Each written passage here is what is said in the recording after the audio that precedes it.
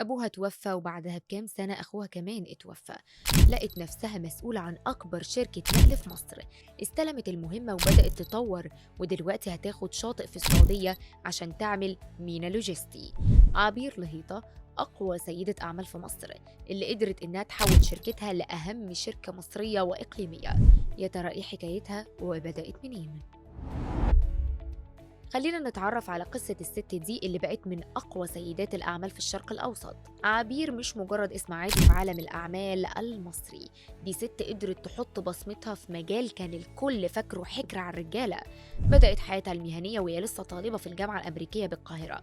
درست علوم الحاسب الآلي، كان نفسها تشتغل في مجال البرمجة، بس القدر كان ليه رأي تاني. في سنة 1996 بدأت عبير شغلها في الشركة المصرية للنقل والخدمات التجارية إيجي ترانس، الشركة اللي أسسها أبوها من 50 سنة.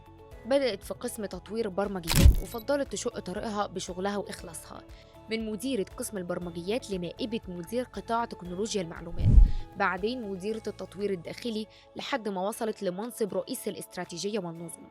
بس الحياة مش دايما بتمشي زي ما بنخطط. والدها توفى وكان أخوها الكبير هو اللي بيدير الشركة.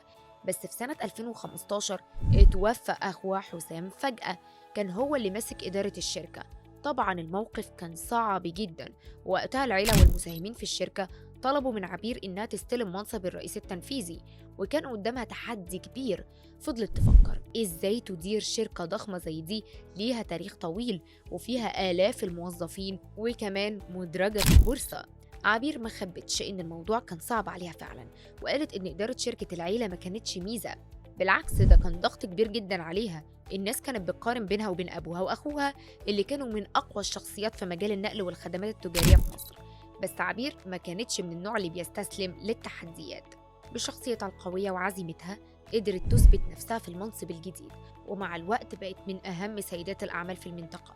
مجلة فوربس الأمريكية اختارتها ضمن 100 سيدة أكثر تأثيراً في الشرق الأوسط لسنين 2020 2023 2024.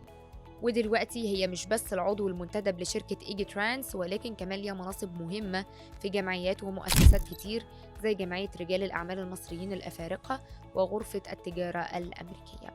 عبير مش بس بتدير شركة، دي بتبني إمبراطورية في عالم النقل واللوجستيات. الست دي عندها خطة كبيرة جدا للتوسع، بتفكر بره الصندوق. تخيل الشركة بتاعتها عايزة تبقى شركة قابضة كبيرة في مجال اللوجستيات في مصر. طيب يعني إيه بقى الكلام ده؟ يعني هتبقى أم الشركات في المجال ده. وعبير مش واقفة عند حدود مصر، لا دي بتبص للعالم كله. الخطة بتاعتها جامدة جدا.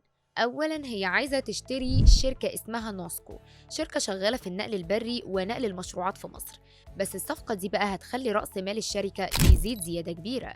ومش بس كده، عبير عاوزة تشتري شركات تانية كمان، خصوصا في مجال الشحن البري والجوي. وكأن ده مش كفاية، الست دي بتبني مخزن جديد في المنطقة الاقتصادية لقناة السويس.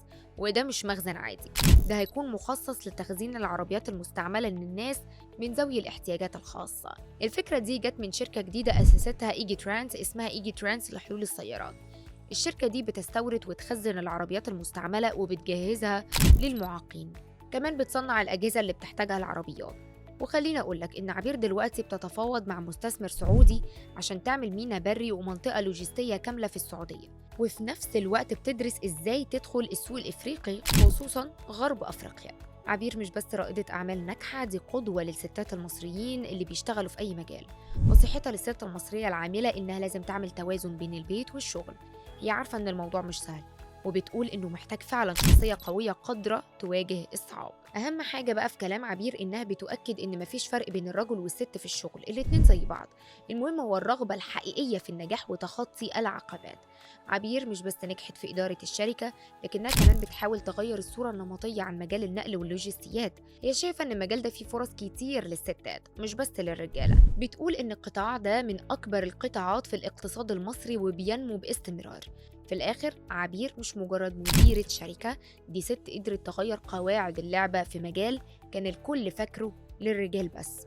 وبطموحها وشغلها بتثبت كل يوم إن الست المصرية قادرة تعمل المستحيل وتنجح في أصعب المجالات.